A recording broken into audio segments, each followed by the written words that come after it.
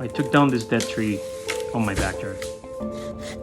I wanted to use the wood to carve a kupsa, and I found a nasty surprise inside the wood.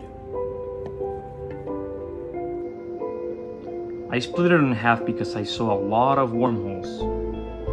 When I split it, I found this big gap inside the wood and a really nasty creature inside of it.